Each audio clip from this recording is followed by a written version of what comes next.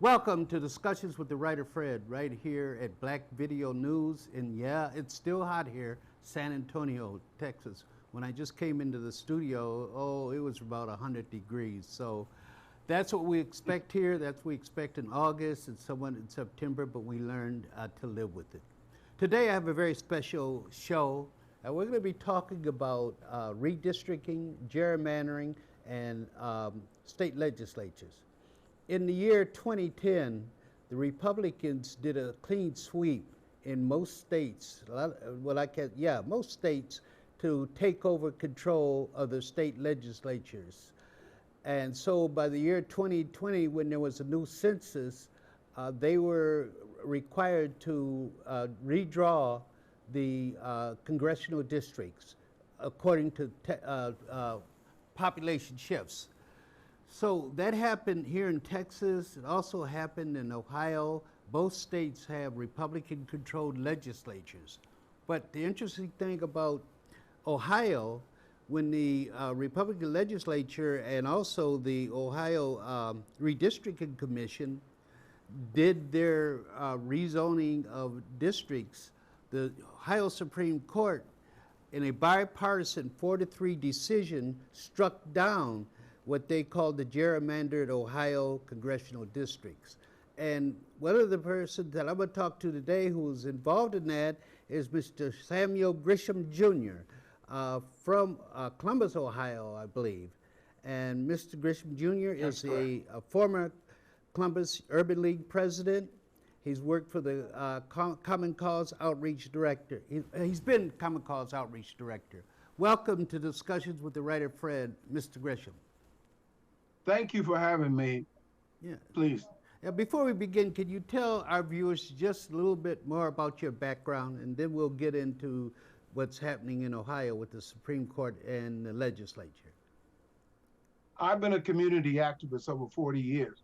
Most of my tenure that people recognize me for, I was 20 years as president, chief executive officer of the Columbus Urban League. I served as lead staff person for Common Cause. I was the executive director of the Ohio Commission on African American Males. I worked for the Department of Urban Development and the City of Columbus. So I have an active portfolio of more than 30 years of action in the City of Columbus and across the state of Ohio. You certainly do. Pardon me? Well, thank you. Yeah. So let's get into what's happening in Ohio with the state legislature, the gerrymandering, the redistricts, and the Ohio Supreme Court decision. Let's start with the 4-3 decision. First, Mr. Gresham, what is the makeup? It's a bipartisan Supreme Court, right? Yeah, it is, but the majority in this case were 3 Democrats and 1 Republican. Judge O'Neill, who is the Chief Justice, joined the Democrats in a voting against the maps that were put forth by the Apportionment Commission. Yeah. Is it ideologically, like Texas, very conservative?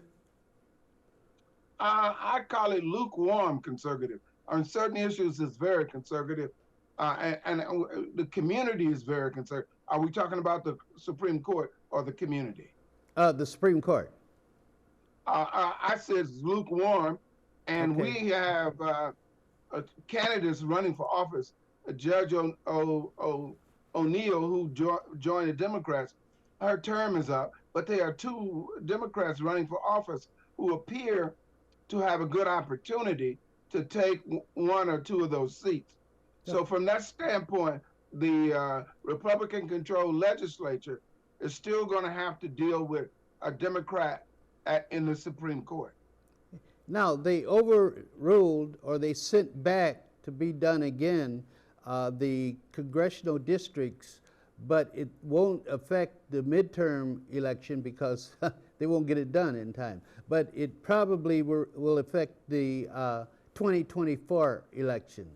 So what are the prospects of getting a decent congressional districting drawn up in compliance with the Supreme Court? I think it's very good. And let me add some information to what you were just talking about. The federal court only made these maps alive for 1 year. So that means next year, the apportionment board, along with the community, has to start a new process, deciding on how these districts are going to be drawn. And let me specify that a congressional district and there's a General Assembly district. Both of them apply in this case. So the map is only good for 1 year. We have to start the process all over next year and complete the map by the voting period next year. So don't you have to have, I thought I read somewhere where the state legislature has to do something sometime in August, and then I guess if that's disapproved, it goes to the a redistricting commission. Is that correct? They're doing something this month? No, what happened? They have to start a process at the beginning of the year to draw new maps that are acceptable to the Supreme Court. These maps are not acceptable. And the federal court did not overrule the Supreme Court. The federal court just took a temporary map until the apportionment board can work with the community to come up with new maps that are acceptable to all parts of the community. You need to know that the community leaned on the General Assembly to come up with this process, and then the community worked with the Supreme Court of Ohio. So this is a collaborative effort to do right. But the legislature and the redistricting commission, they haven't done right, have they, according to what the Supreme Court ruled? That is exactly correct. They have not followed the rules. See, you need to understand what we did. And we really outsmarted the Republicans. We went to the community in 2015, passed a statewide initiative that passed by 72% of the vote.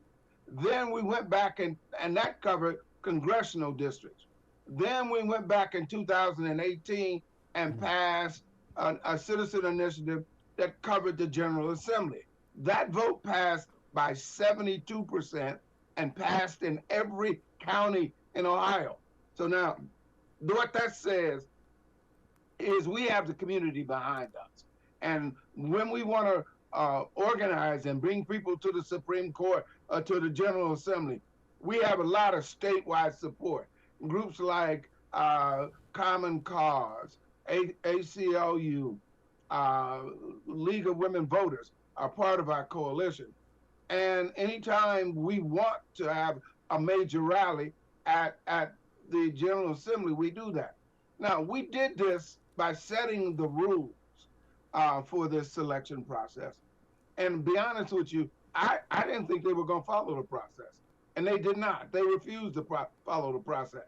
Right. But our plan was if they didn't follow the process, we were going to come back in 2024 in a general election and put an initiative on the ballot to establish an independent reapportionment board to use these rules.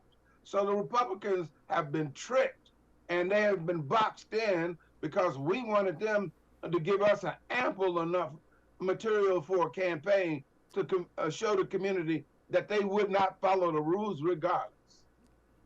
It's interesting, but I don't think it's surprising that that large a percentage of the community was for fair elections, let me say that, ungerrymandered elections. That's the word we use, you are right. And then your state legislature ignores that and goes on and passes this redistricting bill that's tossed out by the Supreme Court. That's a dilemma, I think, that a lot of states, including Texas, that we confront. One of the big issues, as you know, on a national level, what happened is 70% or higher of the people were in favor of abortion rights. But the Supreme Court just disregarded that and overruled, ruled Roe v. Wade out, simply out. So how do we deal? Is it that we have to somehow get to the elected people or re-elect different people? What do you look as a strategy? Well, we at Common Cause, and I need to tell you, I'm chairman of the board of Ohio Common Cause. Our strategy is a two-pronged strategy. One, draw the districts fairly. We're working on that with the redistricting proposals that we've put forth and that the community has accepted. The second prong of our two-prong approach is to get the money out. And what I mean by getting the money out is to get state funding as the largest contributor to the election and to reduce all the private dollars whatsoever. So we've gotten the first prong done, which is a redistricting program. We still have to work on getting an independent uh, redistricting board. And then the next thing we're going after, probably in the next 2 to 4 years, is to make it all 75% public financing. And we think if you do that in Ohio, you'll get a better result from your legislators, both in the General Assembly and in Congress. Okay, Mr. Gresham, we're going to take a quick break here. We'll be back, and I want to talk about the idea of this independent redistricting board because I think, well, let's come back to that. We'll be right back. 2021 is complete. Good or bad, you made it through. The year of many firsts. It will not be easily forgotten. The Black Book Yearbook will help you capsule the year that was 2021. Own your part of history. Get your yearbook today at blacksinsanantonio.com. For the latest news and community activities, visit our companion site, blackvideonews.com, celebrating over 10 years of documenting the community. My Shiro doesn't always wear a cape, but she always has time for a hug, a smile, for going the extra mile. My Shiro stretches every dollar, puts in long hours, puts others first. But now it's your time, Mom. When you're ready to retire, we want you to be able to enjoy it. It's time to start saving now. A free 3-minute online chat can give you the personalized tips you need to start boosting your retirement savings today. Visit aceyourretirement.org/Shiro. Welcome back to Discussions with the Writer Fred and my special guest all the way in Ohio. It's amazing what technology can do, Mr. Samuel Gresham Jr.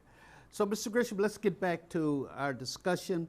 I think most, unless Ohio is different than Texas, the Texas Constitution dictates how the process of redistricting takes place.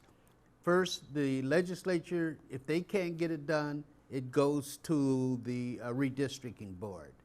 That redistricting board here is established by the governor, lieutenant governor, and Speaker of the House, and a couple of other people.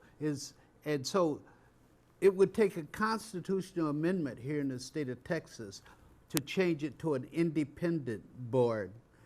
How is that different than what it is in Ohio? Well, our apportionment board was initially constructed in the same way that you just described for the state of Texas. What we did is, in the political process that took about 2 or 3 years, was to try and cut a deal on them and changing the process. One of the things we gave up was to let the apportionment board remain with its political construction, but that apportionment board had to follow a set of rules that we generally agreed on. And that's how we have changed it. They don't make the rules. We amended the Constitution to establish a set of rules that they had to follow. Now, be honest with you, we knew they wouldn't follow the rules. We knew it. We understood that. What we needed was ammo to be able to go to the people with sufficient news coverage and reports from the Supreme Court that said they didn't follow the rules to come up with an independent apportionment board. Now, ours is going to be different because nobody across this country has come up with this mixture. Most people come up with Democrats and Republicans. Ours is going to be constituted with 3 people: Democrats, Republicans, and independents. Okay? Mm-hmm. And we want the independents because they're the largest political party in the state. People who are not affiliated with political parties are the largest group of people in Ohio. Really? So we figured we would come out with a better commission following these rules from people who are not all politically linked. All right? Hmm. And we think we're going to come out with a better commission long term. Okay. And so when do you think that independent, that has to be voted on, right? Right? And you want to And put that, go ahead, 2024, the general election, 2024. or to run for president. So we're preparing the petitions now to get them ready for put it on the ballot 2024. And we know we're going to win. We got those 70% pluralities in off-year election. We've never put it on a general election. We're going to put it on a general election this time, and we believe we have a 90% chance of winning it. Now we have the whole package that we've been trying to get in the first place. In the meantime, for 2022, they are using, in fact, for the primary, they use the one that the Supreme Court ruled unconstitutional, right? That is absolutely correct. But the federal court thought it was the best choice among most of the maps. But now in the general election in November, those districts designed by the redistricting board will be applicable for 2022.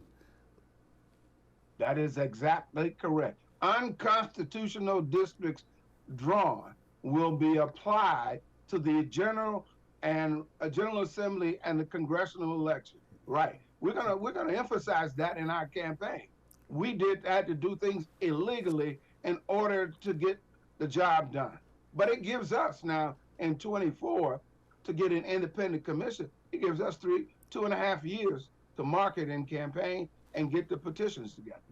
But for the next 2 years, it looks like Ohio is going to be heavily Republican in the Congress. Is that correct? Well, yeah, because they've drawn districts that allow it to do that. Yeah. The voting pattern in Ohio is 54% Republicans, 46% Democrat. That's not a big split. It's not like 70-80. It's more of a purple state than people believe. But we understand how the elections have gone. You must remember, Ohio voted for Barack Obama twice by more than 8% of the ballot. So, and then it went to Donald Trump. It's what I call a schizoid state, not red or purple or blue, more purple than anything else. I want to talk about the national election when we come back. We're going to take another break, and then we'll be right back with you, sir. Thank you. We'll take a break, and we'll be right back with you. You know you missed it. It's back. The all-white martini party, Saturday, August 20th at the Henry's Convention Center. Mask, wear them if you got them. That means they're optional. Come enjoy another night of fun, music, and dancing. Voted #1 event of the year. Saturday, August 20th at the Henry's Convention Center in beautiful downtown San Antonio. Now it's time to get your groove back for one night only for the grown and sexy. It's the all-white martini party, the restart. Let go.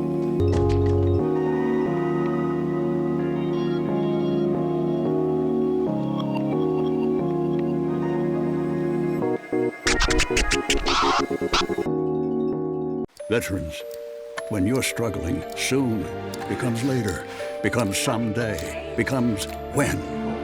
Don't wait. Reach out. Find resources at va.gov/reach. Hello, this is Cornell with Frost Bank. Hi there, this is Terry with Frost. Good evening, this is Franklin. This is Robert with Frost. Hello, this is Rosemary with Frost Bank.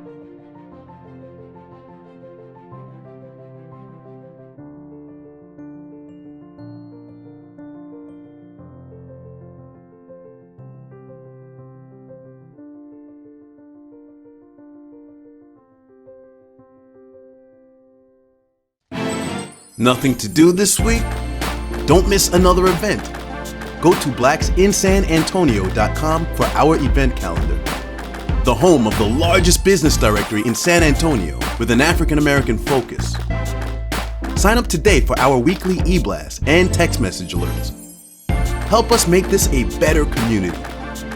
Connect, empower, grow. Welcome back to Discussions with the Writer Fred right here at Black Video Network News in San Antonio, Texas. And I'm on today with Mr. Samuel Gresham Jr. from Columbus, Ohio, who is a grassroots activist and an expert on the legislative process, redistricting in the state of Ohio. So, Mr. Gresham, let's change subject a little and talk about the very critical election in Ohio for state senator. United States senator. And we know that there's a 50-50 split right now. And one, it's important that the Democrats don't lose any of the seats they're holding. And because of the games that Manchin has been able to play with the Democrats, it's important that they try to add at least a couple more senators. And of course, they're looking at Pennsylvania, that I think looks pretty good. Wisconsin is even looking good. And I didn't know it before, but there's a brother who's running for the United States Senate in Wisconsin. He right now is the lieutenant governor. He's running against Johnson. Yeah. Yeah, I'm very familiar with him, yes. Yeah. Yes, so, yes. So let's talk about your race there. Can you give us an update? Well, let me give you this. That's a good sign. The first good sign is the candidate running for the Senate is a well-known commodity, Tim Ryan. Right. And he comes out of the Youngstown area. He was in the House for more than 15, 20 years. He is now running for Senate, taking the place of Portman, because Portman really never supported the left and mainstream community. We believe, because he is running against J.D. Vance, who is a former comedian who Trump is now supporting. I think at this stage, the Democrat has run a much better campaign. He is defining J.D. Vance, and Tim Ryan is not a left-wing Democrat. He is a moderate, or middle of the road, or a little bit right. So he's confusing the Trump people. They don't know what to do with it, all right?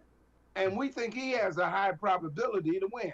The only community that's pissed off now is the Black community, because he hasn't spoken to us much. And when he comes to us, and we know he's going to come in the end, because nobody can win a Democratic primary in the state of Ohio with some aspect of the Black community not supporting you, we're going to make him pay. He's going to have to give us things that he never thought he would have to give us, because he's weighed us to the last part.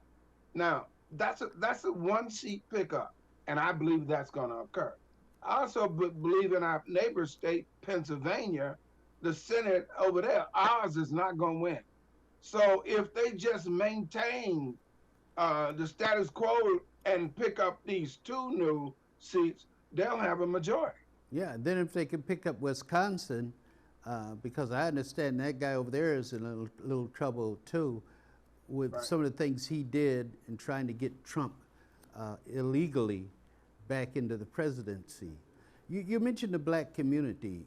How active is our Black community in Ohio? Cleveland, Columbus, Dayton, and Cincinnati. Okay, I want you to know that Ohio has more urban centers than any other state, with the exception of California.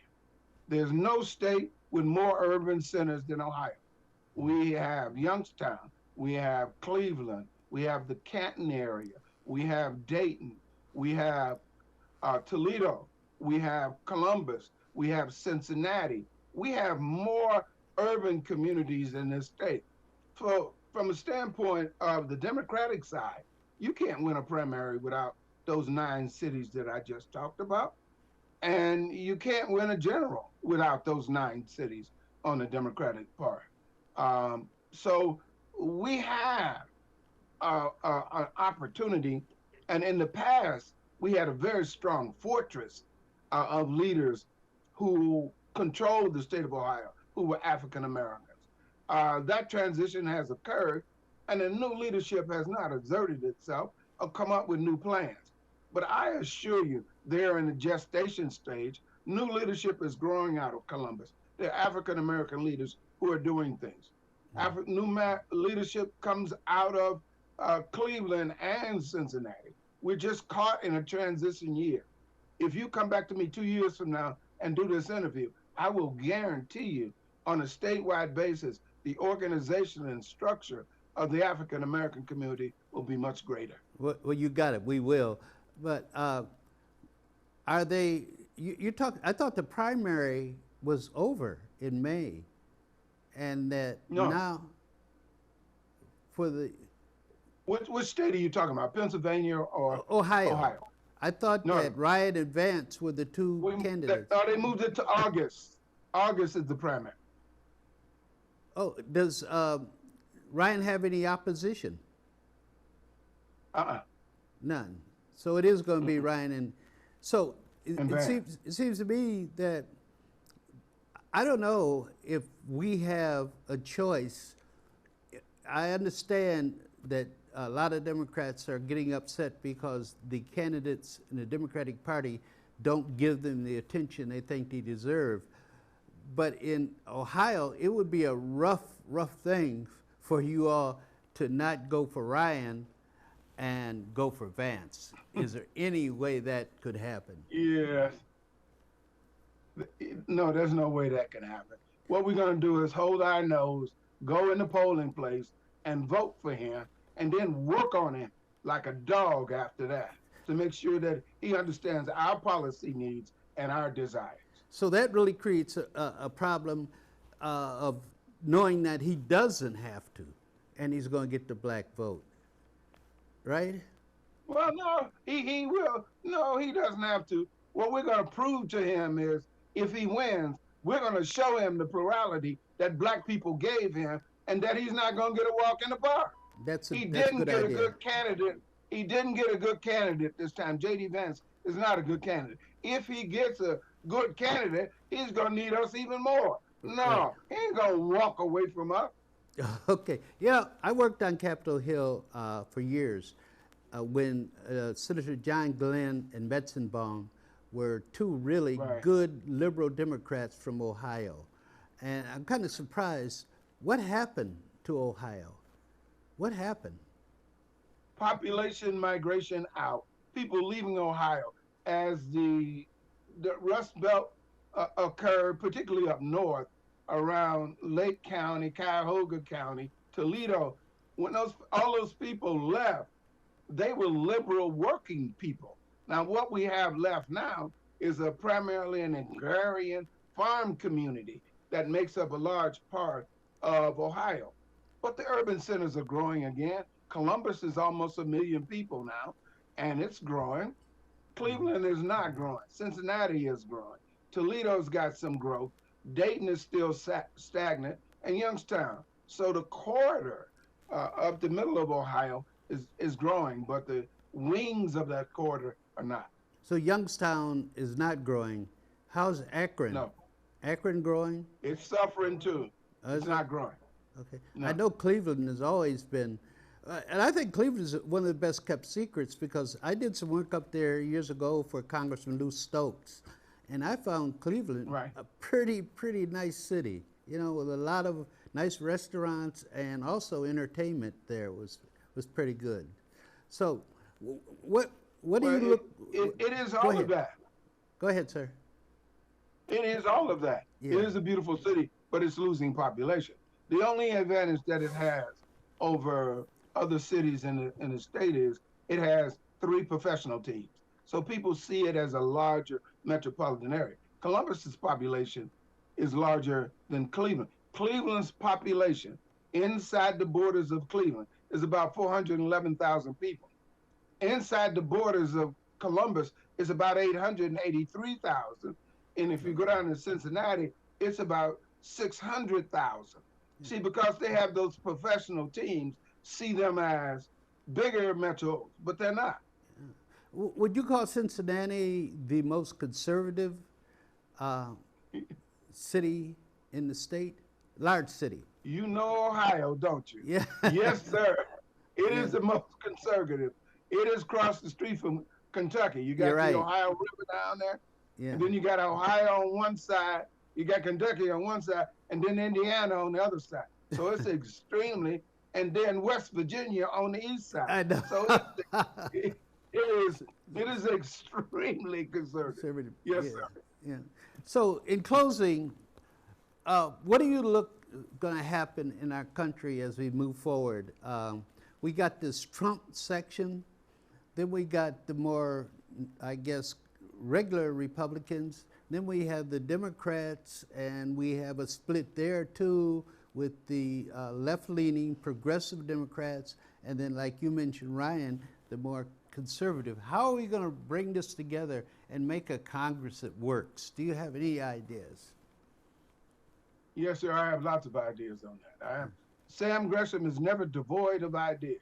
Okay. The first thing that we have to say on the ballot in 24, it's not about inflation. It's not about income. It's about whether this country will survive or not, whether we will continue to have a democracy. That's what they should have on the ballot. See what you're going to get with Trump. Look at all this mess. He's messy. Look at all the international images you get with him. That's what the Democrats and independents should be campaigning on. Forget inflation. Inflation comes every 4 to 6 years, and it's not a really value issue this term. Will we be able to vote as a democracy? And I tell my white friends, yeah, they come for me today, but tomorrow they come for you. Yeah. So you better think about whether this country will exist anymore when you go to vote in 2024. Finally, what do you think are Trump's chances? First of all, you think he could carry the state of Ohio, and what do you think his chances are in the upcoming election? I think if Trump ran today, he could carry Ohio, but he would carry it by no more than 5 to 7%. By 2024, I think he would not be able to carry Ohio. I think his numbers are dropping each and every day, and his numbers are dropping in two places. One, if you say the farm community, they're slightly dropping, but in the urban white community, his numbers are cratered. Urban people, white people in particular, who worked in the factories and such, I have little or no support for Trump for the things he's did. Where they're stuck on him is in the farm community. Okay. And then really final, what do you see the outcome? Everyone is predicting that the Republicans are going to take over the House. Oh, God forbid that McCarthy would become the Speaker of the House. But they seem to be predicting that. What do you think is going to happen in the House? I see that the Democrats pick up 2 to 3 seats in the Senate. In the Senate. I see them losing no more than 5 to 6 seats in the House. So it's going to be a close number, but they're going to still have control of the House and the Senate. My concern is the presidency. My concern is Biden's old, and they're not going to give it to Kamala to run. So now we're going to have a real battle because they don't trust Kamala. And the Democratic Party, it may end up being split before 24 because Biden is 80 years old now. And 3 years from now, he'll be 82, 83 years old, running for re-election. I'm not sure if the party wants to carry that weight. And if the party does, it has to carry it in a strategy that will get him to win and then turn it over to his vice presidential candidate. It's more complex than you believe. Well, I was going to close, but I gotta make this point. I can't think of any time when a sitting president has not, it's probably happened. The last attempt at it was Kennedy and Carter, and Kennedy was not able to get the nomination away from Carter. So do you really think if President Biden says he wants to run again, there'll be a challenge and there'll be a successful challenge? No, there will be no challenge. What the strategy has to be, everybody on all hands on board to get him elected, and then whoever the vice presidential candidate, turn it over to him or her. Okay. That's the strategy. Okay. Thank you for your wise knowledge that you shared with our viewers today, Mr. Gresham. And I really have to have you back on the show once again, maybe in a few months, to see how everything's going in Ohio. Thank you. I will do it. I'm honored to be on your show. Thank you. Yeah. This is Discussion with the Writer Fred, telling our story, our way.